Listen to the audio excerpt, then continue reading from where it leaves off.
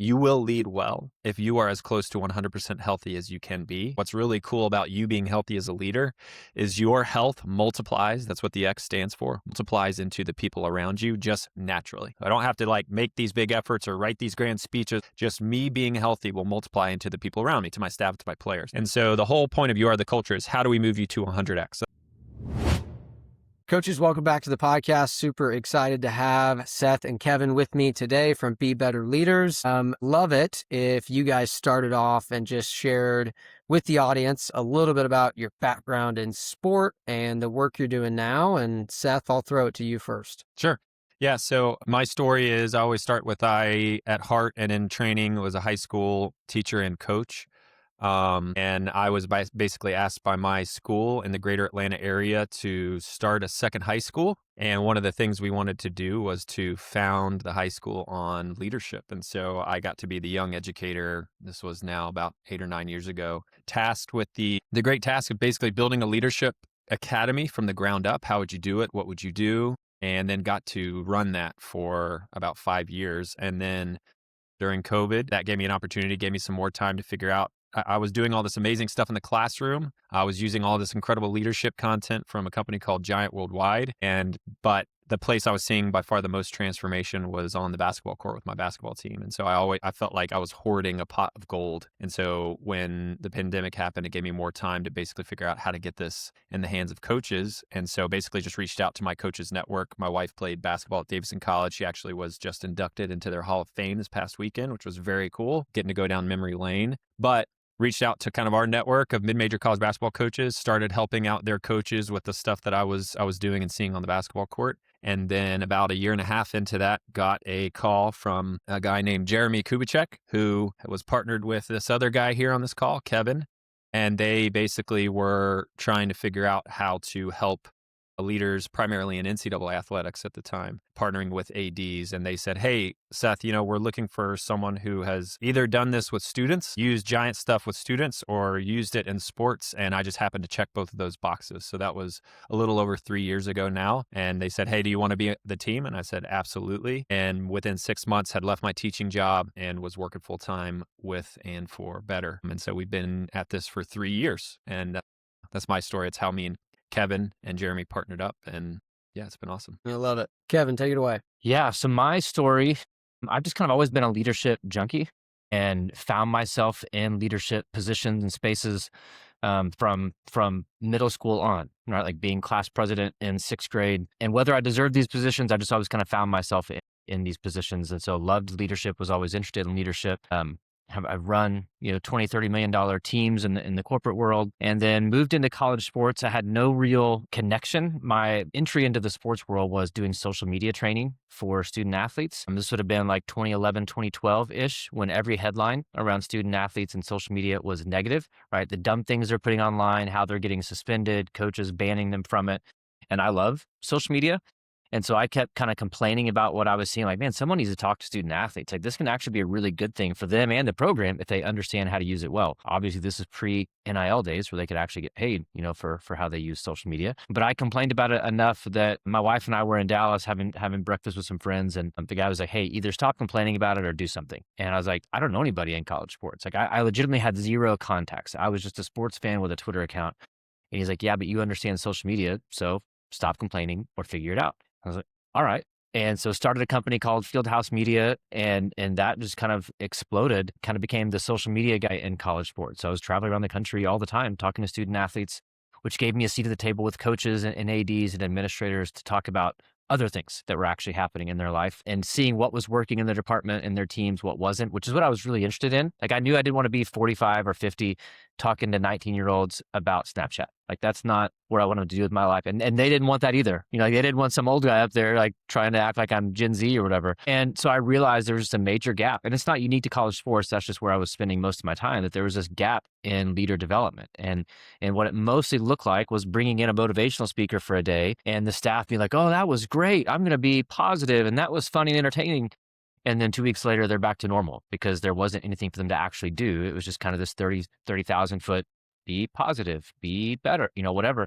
And I love, like, my personality. I love those kinds of talks. Like I'm into those, and we certainly do. We're brought in for those types of settings, but our approach to that is to be different and bring things down to the ground level. So I thought, okay, how do I meet this need? Can I meet this need? So I just started a daily email to serve leaders in the industry with a thought, a challenge. And that grew to where AD's like, hey, I love your email, but can you come do a staff retreat? And I was like, ethically, I don't have any content. Like I can make it up, but in my soul, I'm like, I'm not okay with that.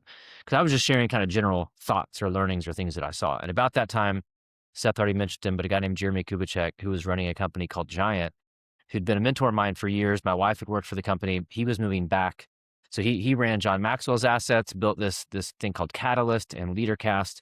And he was moving back to Oklahoma City. He said, hey, I'm moving back. I want to show you what I've been working on. So he was in town, walked through some of the tools and content. And I said, whatever that is, like, I need it as man, dad, husband, but that's what I want to be doing. Here's what I'm trying to build. And that's it. That's the thing I don't have. So we partnered. First iteration was called Culture Wins Championships. Then it became Culture Wins. Then it became Better.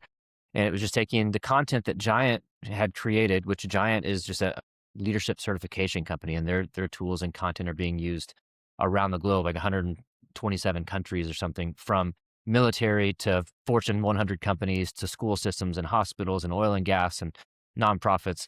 And we've just tried to say, how do we reshape that for the sports world? Because the sports world is just different. It's still people development, but being in sports, like, they don't want to do a half-day retreat or a 2-hour thing. That, can you do this in 15 minutes? Do you have 30 minutes? And so we just started to partner with schools, say, how do we, if leaders can get better, then team performance gets better at every level, from the athletic department to a basketball team, to a tennis program. And then, like Seth said, 3 years ago, we brought him in, which is the smartest thing we've ever done. And so that's kind of our world is daily. We think, how do we invest in leaders at every level? So it's not just NCAA. It's high school, small college, major college, professional athletes, and professional teams. How do we invest in the leadership to ultimately invest in their performance? That was a very long answer.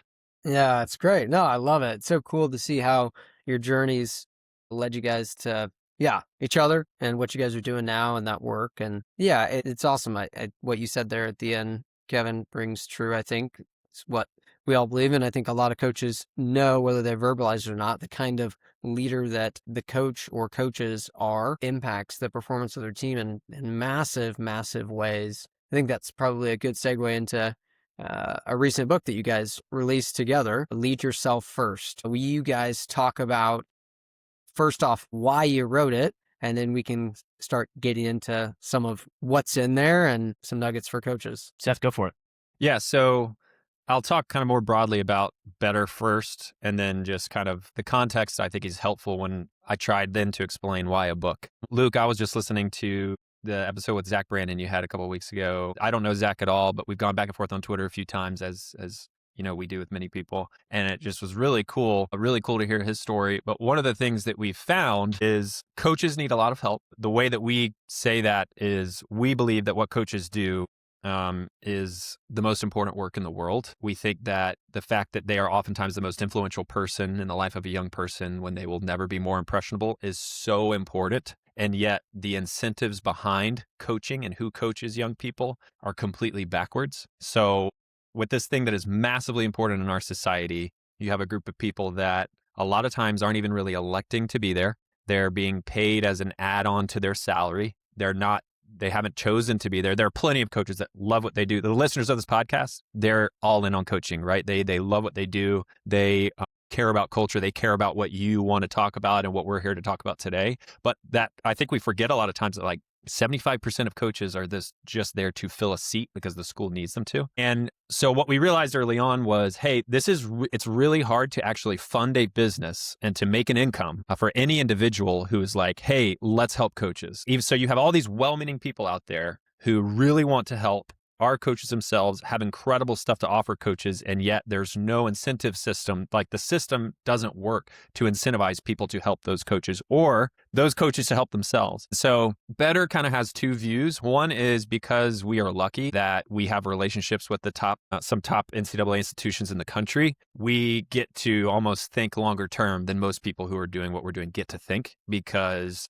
we can think like, hey, we have these great relationships with a few big schools that pay us enough to be able to think like 5-10 years down the road and not have to worry about tomorrow or next month. And so we have that big picture perspective. So what that has given us is it's given us almost a peek behind the curtain of the system. So like we get to do tons of direct work with this high school coach, that college coach, this AD, that AD, and that is all really good and fun. But what we also get is, because we're lucky, we are blessed, is to look at hey, why are the incentives in coaching what they are? Why does this work the way that it does? What would need to change to do that? And so that's like one big picture idea. With simultaneously, we felt, me and Kevin talk about this almost every day, we felt very frustrated by kind of what was the mainstream coaching and specifically leadership content for coaches, which is, this is how I describe it, is there are lots of really amazing books out there, leadership books, but what most leadership books are in our experience is like 1 to 2 good ideas that can be transformational, but are mostly motivational, inspirational, hidden within like 250 pages of fluff. And so what we've tried to get really good at the last 3 years is we don't want to be idea people. Now, naturally, are there mindset shifts that can happen from 1 to 2 key ideas? No question. That absolutely happens, right? But what we have tried to get really good at is, okay, here's an idea that you really like, or here's an idea that is inspirational. What's the actual mechanics that needs to happen in your leadership day to day for you to build that into your day, your practice, your staff meetings? And so from having both of those viewpoints, kind of having this system-wide view, but also trying to be laser focused on like, we don't want to be focused on being ideas. Coaches have plenty of amazing ideas at their fingertips that they can get, and that's really good and well. But how do we actually help coaches institute this into their leadership? All of that to say, we were like, hey, let's write a book. And we almost were resisting it for a long time because we didn't want to feed into either of those things I was talking about earlier. But the reality is, this is what coaches almost expect and are ready for.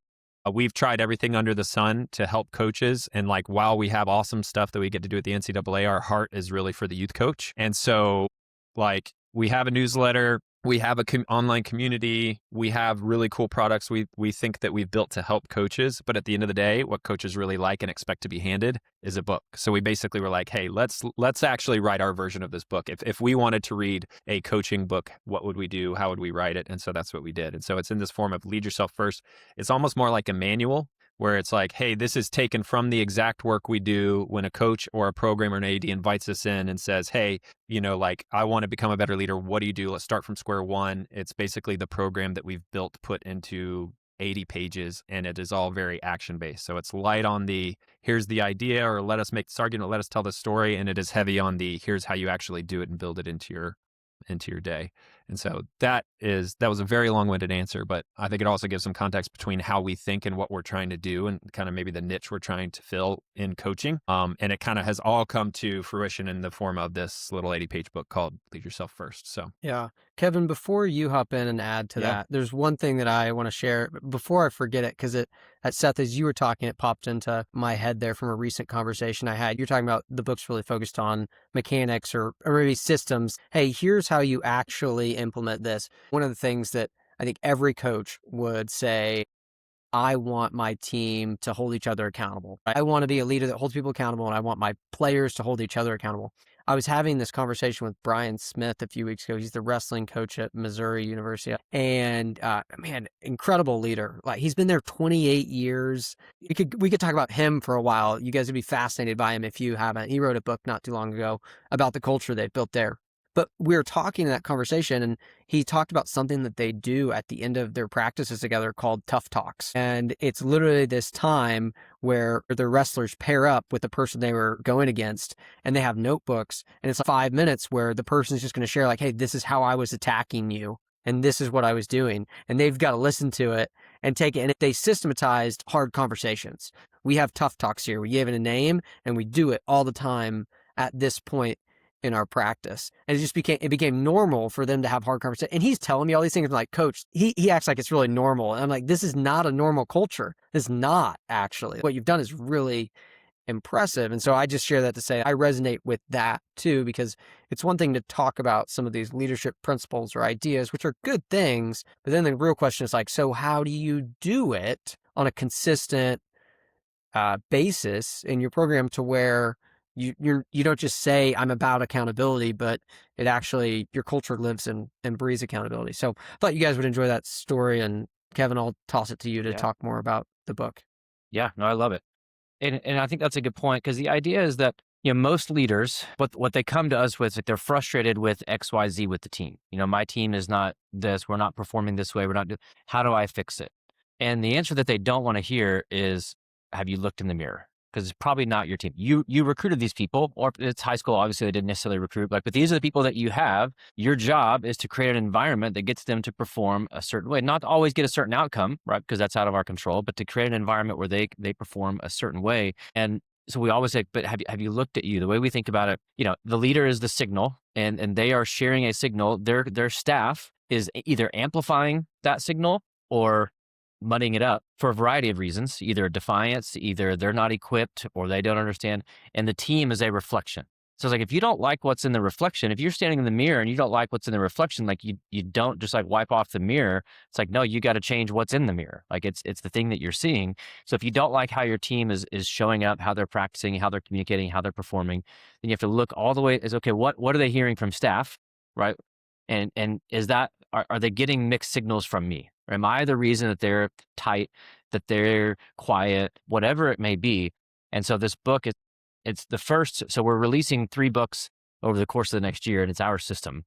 Lead yourself first, and then you lead your staff, and then you lead your team. And so when leaders focus that way, say, first, I got to get as healthy as I can possibly be. Like, I've got to understand my leadership, understand who I am, because you're in this world. It's like coaches that they'll see Nick Saban, so, oh, I got to do what Saban did.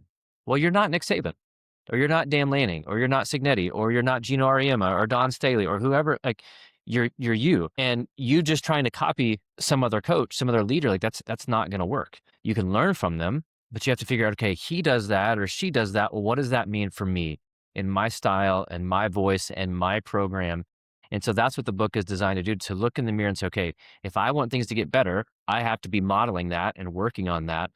And the healthier that I get, as I learn to know myself better and as I learn to lead myself better, that gives me the authority and the ability to actually lead my staff well and lead my team well. So it's again, we know coaches are busy. They don't have a ton of free time. So you can read the book in less than an hour, just straight through. Now, if you're going to sit and process it, which is the goal, because it has exercise, again, to Seth's point, it's not just, hey, here's some ideas. It's say, here's an idea, here's some information, here's how you apply it, and here's how it's going to transform you and your team. And so it's got some exercises, some practices for them to do with themselves, with their staff. And as you said, it's our way. Our goal is, how do we get our content, how do we get our systems to as many people as possible in as efficient of a way as possible, knowing, because like our big goal is, like, we want to change leadership culture in sports. Like, we don't just want to work with a school. Some people want to do that. That's awesome. Everybody has different goals and whatever with their business. Some people want to be Alabama's guy. Awesome. Well, we want everyone, whether they know our name or not, to use our content and systems. Like, we're not trying to get famous, we're trying to make an impact. And so how do we make an impact? We get our stuff to as many people as possible, knowing, okay, the high school down the street from my house has a very different budget than University of Oklahoma and Texas A&M and even Oklahoma Baptist University, but they still have leaders who want to get better. They still have leaders who are impacting young people. They still need developed. Okay, well, how do we get content to them? Well, here's all the work we would do with a major program, whether pro or college. Let's give it to them in a $10 book, and they can go implement that. That's our goal, is trying to figure out, how do we get these things to as many people as possible to raise the level of leadership and coaching in a country that desperately needs it. Coaches, I want to take a quick 60-second time out to tell you about 3 things. Number 1, if you want a free PDF of detailed notes on this episode or any episode of the podcast, subscribe to the Better Coaching newsletter for free today. Number 2, I want to invite you to join the Better Coaching community. It's a free online community of over 500 like-minded coaches from across sports. It's a place to interact with and learn from other coaches. We also have tons of free resources in the classroom section on leadership, culture, practice design, and more. Number 3, this podcast is fueled by RYG Athletics. RYG Athletics is a proud provider of Nike sports camps. We're always looking to add awesome coaches to our network of camp directors. If you're interested in learning more about this paid opportunity and becoming one of our Nike sports camp directors, we'd love to hear from you. You can find links to more information on all 3 things in the show details. Now back to the show. I love the big vision. Can we talk more about, I Kevin, you talked about, it's like the first step is self-awareness, self-assessment, an honest look in the mirror. But that's a pretty uncomfortable place to be for everybody. We all have blind spots to our own weaknesses. I think we can all maybe be resistant to taking that honest look. I'm just curious, how are you helping coaches do that? What do you go through in the book? What are questions we should be asking ourselves? How do we actually take that honest look in the mirror so we know where to go next? Yeah, it's a great question. I'll go real quick, and then Seth, you can go deeper on it.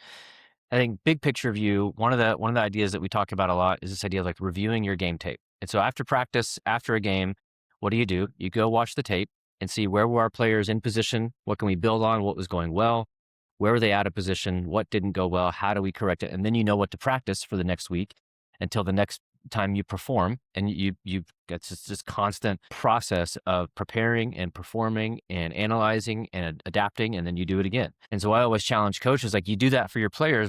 Have you watched your own game tape? Have you watched you on the sideline? Have you watched the way you communicate? Have you watched your body language? And have you watched how a student athlete walks away from you after that interaction? Did your communication actually set them up for success for the next play or for the next 10 minutes? And so some of it are just little things like that of actually watching tape and watching their own their own body language, their own communication. And again, to your point, it's not fun, right? Nobody likes looking in the mirror. Like, nobody's looking in the mirror. Like, I call it Uncle Rico syndrome. The people who do like to look in the mirror, like, they look at me like, oh, I can still throw a football over that mountain. It's like, no, you're a 50-year-old with a dad bod. You know, like, you're no longer an 18-year-old point guard or quarterback. Like, things aren't going the way you think they're going. And it's usually guys. We're usually the worst at that. Like, I look good. Like, you could probably afford to lose a few. So there's this kind of delusional at times looking in the mirror and not seeing reality. And then sometimes we're too harsh on ourselves, and we call ourselves out in a negative way and kind of self-sabotage. And so just be able to look in the mirror and see ourselves accurately, which is a skill that we have to develop. And then the other piece, just asking, right? Consistently communicating with your staff, with your players. What are you seeing? What can I do better? How did this go? And being willing to listen to that feedback. Because you said it earlier, right? It's if we want to create a culture of accountability, then we have to model accountability.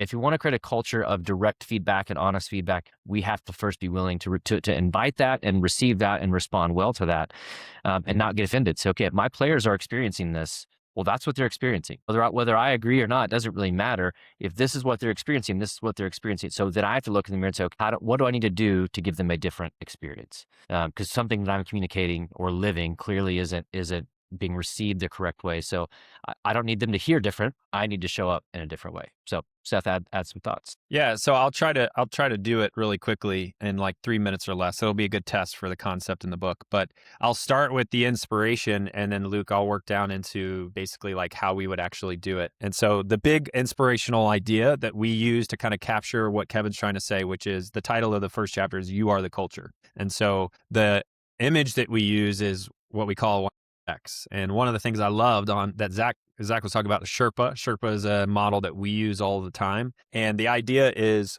you won't even have to try to lead. You will lead well if you are as close to 100% healthy as you can be. And what's really cool about you being healthy as a leader is your health multiplies. That's what the X stands for, multiplies into the people around you just naturally. I don't have to like make these big efforts or write these grand speeches, or really just me being healthy will multiply into the people around me, to my staff, to my players. And so the whole point of You Are the Culture is how do we move you to 100X? So that's the big inspirational idea at the top. The idea is a cool one.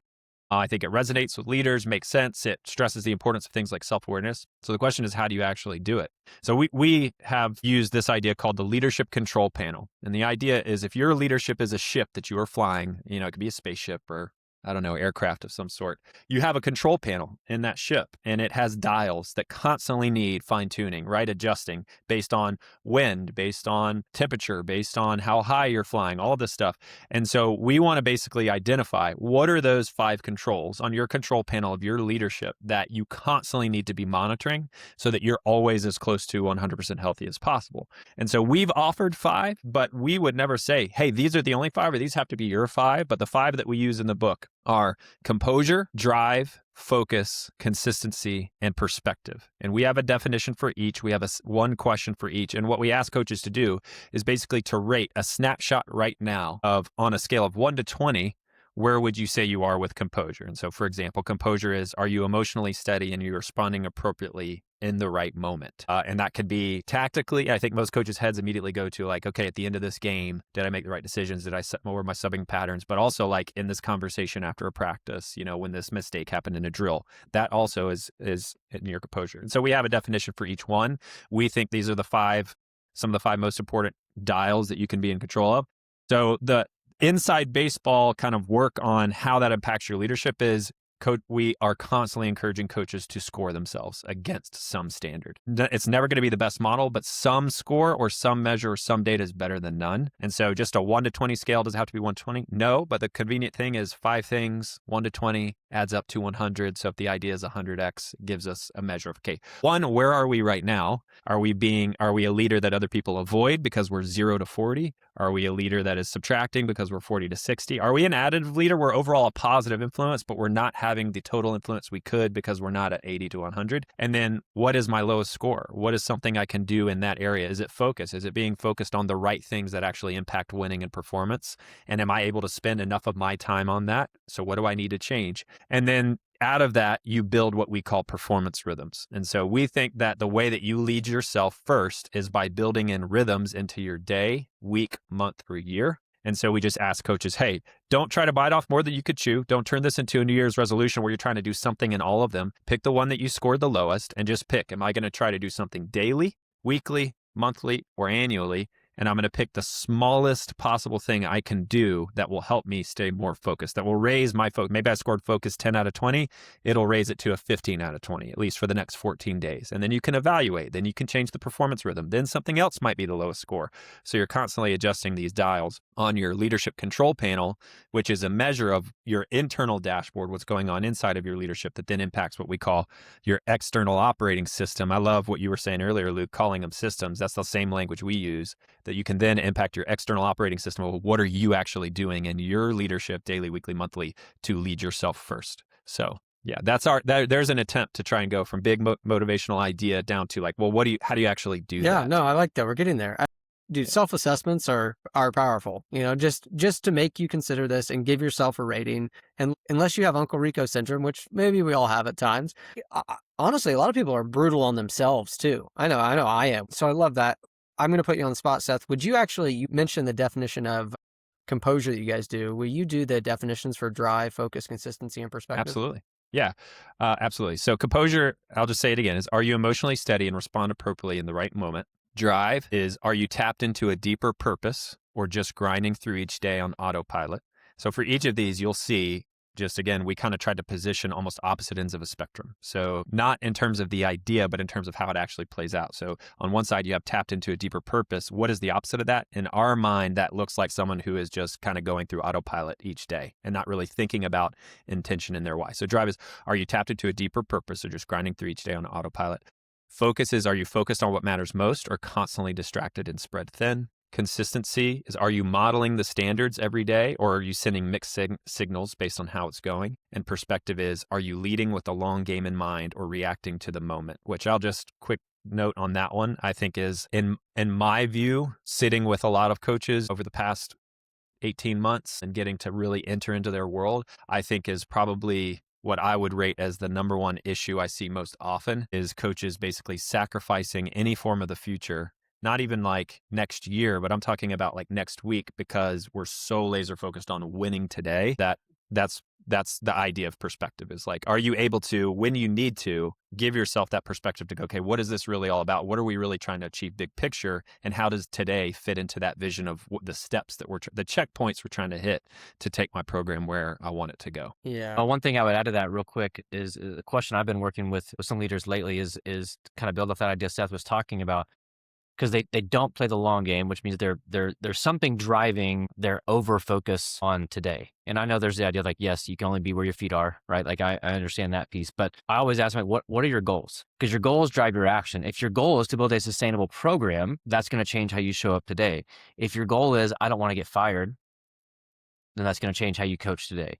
If your goal is, I don't want to be a failure, that's going to change how you coach and lead today. And so it's getting actual clarity. Well, why are you doing that? Well, because actually, why you do that? Well, because I'm afraid of this. My goal is to keep my job. My goal is to not look like an idiot. My goal is whatever. Well, that's shaping your actions today. And so to say, what if you're how do I want to frame it? If you're, let's just call them positive and negative, or security and insecurity. If your positive goals, or if your negative goals are louder than your positive goals, your negative goals are going to win. Because every coach would say, like, no, I want to build a long-term program. Yeah, but look at the action you took today. What actually drove that? Not that positive goal, because it's too small. It's too quiet. Your negative goal of, I don't want to get fired today. That's actually what drove your action today. And so trying to figure out which goals are actually winning and driving their day-to-day actions, not just the goals they talk about, but actually what's kind of ruminating in their mind and how that shapes their day. When your better goals win, your actions that day and that week and that month are going to actually change. That's really good for both. There's a few things that stood out. One, Seth, I was actually kind of surprised, but as you talked about it, it made a lot of sense that perspective was that area that you have noticed a lot of coaches maybe struggling with, or is, uh, an area that will change things. And what really stood out there too is the reality that, like, if you don't have a clear vision and goals of what you want to accomplish or what you want the future to look like, it's hard to have any sort of long-term, you don't have any long-term perspective. You can't have it unless you've considered, where do I want this team or program to be at the end of the season or 5 years from now? And again, I'm going to come back to Brian Smith at Mizzou. It's like, this dude went into the interview 28 years ago with a vision playbook, and literally, like, an AD pulled it out a couple of years ago. It's like, Brian, you remember this? He's like, yeah. He started looking through it. He's accomplished all the things. He just had a clear vision and the perspective that offers. And but it's also really hard too, because even if you do have the perspective and the clear vision, like, coaching gets hard, life gets hard. We're in the moment. I have this situation, and it's hard to consider, like, okay, in light of my vision, what's the best way to handle this situation right now? How should I respond to this player who's violated our standard if this is the vision I want? You know what I mean? Like, those things, the rubber meets the road there, and it can get hard. Is there anything else either of you want to add to that? Yeah, no, I think it's I think what you're saying is fantastic, because I think that it's a lot. I don't want to, not trying to sidetrack us, but one of the really cool things that we've been invited into as a part of our work has been to work with some golfers. And one of the things that we help our golfers with is, like, it's really hard for you to know where to go if you don't have a clear and accurate picture of where you are today. But perspective isn't just a future vision. That is definitely a part of it, but it's also being brutally honest about where are we today and what's the biggest thing keeping me from where I want to go. And so when we look at it with an athlete, we sit there and we have to go, okay, we're going to take, we call it the robot's perspective. We're going to take a look at your game, and we're going to look at it like a robot. How good does the robot say you are? Because every golfer in the world would say, when I have my A game, I can compete with anybody. Well, if we statistically look at how often a golfer has their A game, in 100 rounds in 1 year, they have their A game in 2 of those 100 rounds. So how much should that actually be the comparison? Or do we need to be honest with ourselves about what the type of golfer that we actually are? The type of golfer that we actually are. And the same is true of coaches. If I want to know, for me, when I was a failure of a coach, it's a big part of my story. I've talked about it a lot, but due to a bunch of things, I had a winless season in my second year coaching, right? So if you ask me right then, hey, what's the biggest thing keeping you from your program from building what you want to build? The answer would have 100% have been talent. And I think so many coaches in the moment, when they're in a spring and they just into the season, they look at their next season, it feels overwhelming. They go, there's no way out of this hole. But if I had gone, okay, in 3 years, if that has changed, what has happened? And what are the checkpoints I need to hit for that answer to have changed? All of a sudden, it's almost like the steps form into place of, like, well, okay, I would need to do this, and then I would need to do this, and then I would need to talk to this person, and I would need to build this relationship with this person at my school and admissions, and all, like, everything starts to form in front of me. And all of a sudden, this thing that feels so unbearable now, with the right perspective, being honest about where we are today, becomes a lot more achievable. So I just think I think what's cool about this idea, in my opinion, is it works tactically. Like, I can't tell you how many coaches as a basketball coach, and Luke, I know you're a basketball guy, but I sit and I watch, like, their ball screen coverages, or they're out of bounds, what they're doing. And it is so focused on winning this non-conference game right now, tonight, that really has no frame of reference on where they're going to be at the end of the season. And I almost pull my hair out, because there's we are trained as coaches that today matters so much, then our players adopt that and we lose that perspective, even tactically on this season, on where are we growing, how do we need to grow, where do we need to be at the end of the year, what really matters. So like perspective and focus are almost intimately linked, and it comes from being really, really honest about where you are today, and then also having a picture of where you need to be, that the steps almost form themselves. You don't really have to have some level of expertise as much to go, okay, how do I do it? If you have both of those things together, it kind of just, it kind of appears in front of you.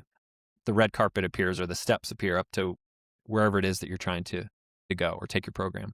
Yeah. I think Jim Collins calls this idea, kind of one of the things I heard you say, talking about like it's this brutal facing of reality, but it's also this, I think he calls the Stockdale paradox. Like you have this brutal embracing of your current reality, but this unwavering hope in your ability to achieve a better vision. And I like that's really powerful. It's really hard to hold it, right? Wow, we're 0-21. This is the reality of where we are right now. And I totally believe we can get to this place that I see in the future. Yeah, Kevin, you have something to add? Well, I like what you were saying, because it's to your point, especially with coaching, because it's just different than most other professions. Like everything is performance and leadership and people. Like doesn't matter what world you're working in, but very few industries are actually graded upon such a black and white outcome, right? Wins and losses. And I think for coaching, the fear and insecurity gets so loud, and because you start to feel the pressure of winning, of performance, even if you would say to your team, and you would say at a coaching clinic, like, hey, it's about the process, not the outcome. Are we doing the things consistently to put us in position, to move us in the right direction? And that's what matters. And then we put all of our focus on the outcomes. And I think an idea that I've been kind of wrestling with lately is like to check your pace, right? Because the pace of fear and insecurity is this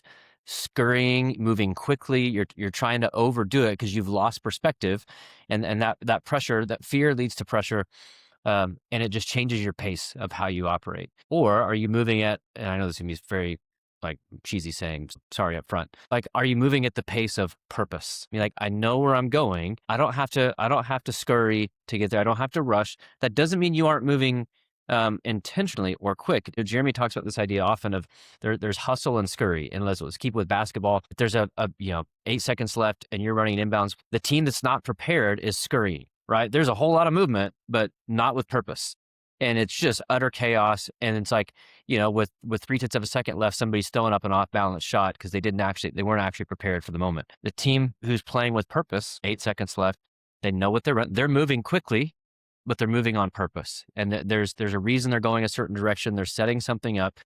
And so I think for coaches and for leaders, like, what pace am I moving at? Am I pace of fear and insecurity, or am I moving at the pace of purpose? It is allowing me to actually see things clearly. I don't have to prove anything, not out of ego. But it's like, I need to make decisions, whether it's in game, whether it's in practice, whether it's in conversation throughout the week. What's the purpose of my leadership? What's the purpose of this program? Where are we actually going? And what does that demand of me today? Because when you can do that, you can zoom out and not overreact to every moment, not put too much importance or pressure. Because sometimes a conversation can just be a conversation. Sometimes a play can just be a play. It doesn't have to be a defining moment in your life or leadership or season, but it is if you don't have if you. Yeah, that's really good. Seth, you talked about it earlier. I want to come back to it. You talked about performance rhythms, day, week, month, year. Will you talk more about some of those examples that you guys share in the book, and maybe some ways that coaches can build those in to be a healthier leader? Yeah, for sure. So the way that we approach these is as suggestions. Our philosophy on working with a coach is what we like to say is we come with open hands. We want to be a person of peace first and foremost. So we don't want to be a fount of wisdom. We don't want to be someone who's just constantly trying to spout advice where it's not necessarily needed or warranted, but to basically approach a relationship and say, like, we're not going to assume we have the answers or know what you need. We're going to figure it out together. Let's put stuff on the table. And in that spirit of being a person of peace, a coach can trust, we actually will figure out a better answer to that. So whenever we give these suggestions, we don't know enough to be able to say, hey, this is what you should do. But some of the things that we have found that works for other coaches is it depends on what category you would be talking about. So just to stay consistent with what we talked about earlier, I think it would be to target whichever, so if coaches are listening and you actually did the exercise of, okay, 1 to 20, I'm going to score each of these things between composure, drive, focus, consistency, and perspective. I think the first place that you should target is, well, what was your lowest score? And then it's to decide what's the easiest performance rhythm that I could plug in for that specific area. And do I need to do it every day, every week, every month? Or is it something I need to do annually? So I think let's just talk about focus. I think one for focus, that would be really helpful. A simple thing, not our idea necessarily. It's not a new idea, but would just be to walk into practice with 3 intentions for yourself. We are great at doing this for our team. So every practice plan that you see, if any coach is worth his salt, will have, here's our objectives today, right? If you start teaching a class, a lot of times, right, you almost have to turn in your lesson plan and you have to have your learning objectives at the top. But I don't think we often apply our leadership objectives to ourselves. So that would be one, right? So for focus, what is my 3 things in this practice that I'm trying to be to my staff and for my players? That would be one. That would be like a daily, very easy to do, takes 5 minutes or less. I think that one monthly would be a good check-in for your, let's say, consistency would be to every month visit, hey, what are our standards as a team, as a program? And then to basically score yourself 1 to 5, 1 to 10, 1 to 20 on how well you feel like you're modeling them. I don't think that's something you necessarily need to do every day. I don't think it's necessarily even something you need to do every week. The nature of a basketball season, for example, right? You're on the road 2 nights a week. You have another home game, but almost once a month, pausing to go, okay, for this past 30 days, have I modeled the standard? How well did I do it? What areas are slow? So again, it's a combination of knowing what the standard is, being able to communicate them with language that is clear to yourself, and then again, scoring yourself. This is one that I think is really important, but when it comes to, let's do consistency again, I think that I think every week you should be having a conversation with 2 people in your program, which is someone who's seeing you and your leadership every day, and then an athlete. So who's a trusted athlete that you trust. Bonus points, right? If they're an athlete of influence who has a lot of influence with the team, that you trust enough to say, hey, here's what I'm checking myself against. What would you say? What are some blind spots? What are some areas you think I can improve, whether it's in my communication or what more? There's so many ways you could do it, but that would be an example of for consistency, here's something I could do every week that's really easy. So when we talk about building performance rhythms for and with other coaches, we're always erring on the side of something so small. It's almost like, how could I not do this? And then, okay, is it something I'm doing every day? And if it is a daily thing, it's 5 minutes or less. It's not taking a lot of your time. It's really easy to do. You can put it somewhere. You'll see it every day. If it's every week, are you putting it on the calendar? Have you invited that trusted coach or trusted player to say, I'm going to ask you this every week after practice on Thursday, right? What's the level of accountability you're adding to it? Is it every month? Again, same idea. How systematized can you make this so it's almost like it's happening and you're not having to go out of your way? It doesn't feel like it's adding to, it's just a natural part of your leadership. So those are some examples of both what we think about how to build it into your leadership so that it's less of a strain. It's not adding time. It's not taking energy. Kevin, anything to add on that front around rhythms you've seen coaches implement with success? No, I think the biggest thing is, to Seth's point, is it has to be repeatable. Too often we think, we talk about this with coaches all the time, leadership is not about doing more. It's often about doing less. It's what you need to remove from your day, what do you need to remove from your week. But if you're going to add something, it needs to, 1, add value, and 2, be something you can do consistently. So again, I think of James Clear. I don't remember if it was 2 minutes or 5 minutes, but it was yeah, I'm going to go to the gym for 5 minutes. Well, if you go for 5, you're probably going to stay there, for the rest. But it's just committing to the smallest thing, because then you can build momentum. I think when you're trying to change habits, 1, you have to change the environment, right? It's not willpower. When you change your environment, your habits will follow. But 2, it's I think you need confidence and momentum. Confidence is again, people this time of year, they've already quit, right? 92% of people have quit their goals already for the year. Because they don't have proper perspective. But it's okay, I'm going to go to the gym every day this year. No, you're not. You haven't been in the last 10 years. You're not suddenly going to go for 365. That's a terrible goal, number 1. But number 2, they hit 4 days in, and then they miss day 5 because they're human, and they rest or they sleep in, and they beat themselves up. And man, I couldn't even do 5 days. Why did I even try this? Well, actually, your 4 days is better than the last decade. Right? This is better than you've ever done. And so to say, 1, take a day off. That's okay, right? Rest is good. You don't have to be perfect. You have to be consistent. But it's when you don't feel like it, it's looking at yesterday, say, wait a minute, I went yesterday. And if I went yesterday, I can go today. I know I have the confidence that I have done this. So that means I can do it again. And then when you start stacking days, like you have the confidence and then you start to build some momentum and then habits stick. And so I have the confidence I did it yesterday, which means I have the ability to do it today. And two, I'm going to build momentum. And so it's making these things as simple as possible. Again, because coaches are busy. They don't like drastic change. They don't want or need to add crazy things to their day. But it's like, if you will make it, again, we think of these things like dials on the dashboard. If you just turn that dial a little bit, right? We're not saying go from 2 to 9. We're saying go from 2 to 3, and then 3 to 4, and then 4 to 5. And you watch all of a sudden, one, how you feel as a leader, but then two, you watch how your team is responding. Like, wait a minute, that small change, I keep trying to fix my team, but when I did this, the team responded in a different way. And so seeing how so again, I think, again, not to go off on a tangent, when things aren't going well, coach is like, we got to blow up everything and change everything. Probably 95% of your program is going just fine. One small thing needs to change. And if you just focus on that thing, everything else gets better. So again, having proper perspective and having, to Seth's point, trusted people that you're talking to, whether it's an advisor, whether it's a coach on your staff, to help you have that perspective and just make the smallest changes can have some significant impact. Yeah, that's really good. Yeah, you're right. I can't tell you how many times I've been in a practice with another coach like, our offense sucks. We got to change it. There's actually a couple seasons where I was like, I think we just need to stick with it. Like, and then at the end of the season, the head coach looked at me and was like, hey, thanks for talking me off that ledge. You were right. That was a good thing we didn't change. Guys, this has been awesome. Before we hop off, Seth, will you just share with the listeners where they can connect with you guys, get access to your work, book, etc.? We'll link the book in the show notes. Anything else you want to share, Seth? Yeah, no, we have a newsletter that we write every week. The point of the newsletter is not to be a marketing newsletter. It is the easiest way we have found to pour into coaches in an extremely accessible. So the premise of the newsletter, it is 5 things that you can do. So again, same idea. We want to be very action oriented with helping coaches with their leadership. So it's 1 idea and 5 things you could do immediately that would implement that idea into your leadership. The book's on Amazon. It's called Lead Yourself First. You can go and get it. And then, yeah, I mean, the best way to stay engaged with what we are doing is to follow me and Kevin and Be Better Leaders on Twitter. We're constantly posting about what we're doing and the cool stuff that we get to do. And then, yeah, what's coming next for Better is, now that we kind of have this book out, we've been doing lots of really cool athlete directed work that we have built with and for athletes that we're excited to start to help coaches with. We're a little shy too, just because if Lead Yourself, coaches want athlete directed stuff, they want help leading your team. And part of our kind of focus has been like, yes, that's great, but we want to help you lead yourself first. But we just have so much cool stuff we've developed with really cool athletes. It's the number one thing we get asked about. From parents that know what we do, or coaches or people in our circle, is, hey, like, this is great. What I'm experiencing for myself as a coach, what do you have for athletes? And so that's kind of like one of our bigger picture projects over the next years. We have it all. It's all developed. It's all there. We've been using it now and have tons of really cool data.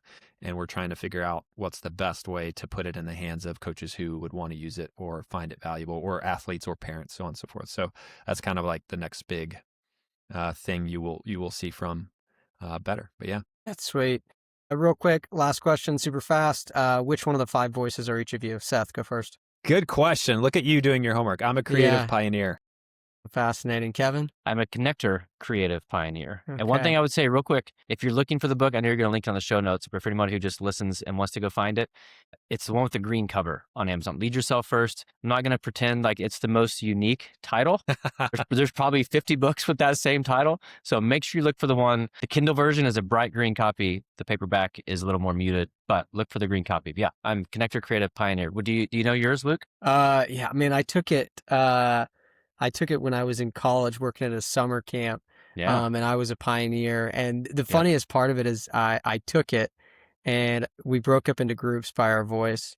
And the leader of the camp, he told me at the end of the summer, he said, bro, I saw you come in that group of pioneers. I thought, no way, this guy got it wrong. We were having like a wrap up call at the end of the summer. And he was like, I was wrong. You were in the right spot. Yeah. That's awesome. Yeah, it was fascinating. So yeah, it's a good assessment too. Coaches, if you're not familiar with it, it's all over there. Go take it, worth your time just to know yourself better. Lead yourself first, right? Well, guys, this has been awesome. I appreciate your time so much and love the work you guys do with coaches. Thanks, guys. Thanks, man. Appreciate you.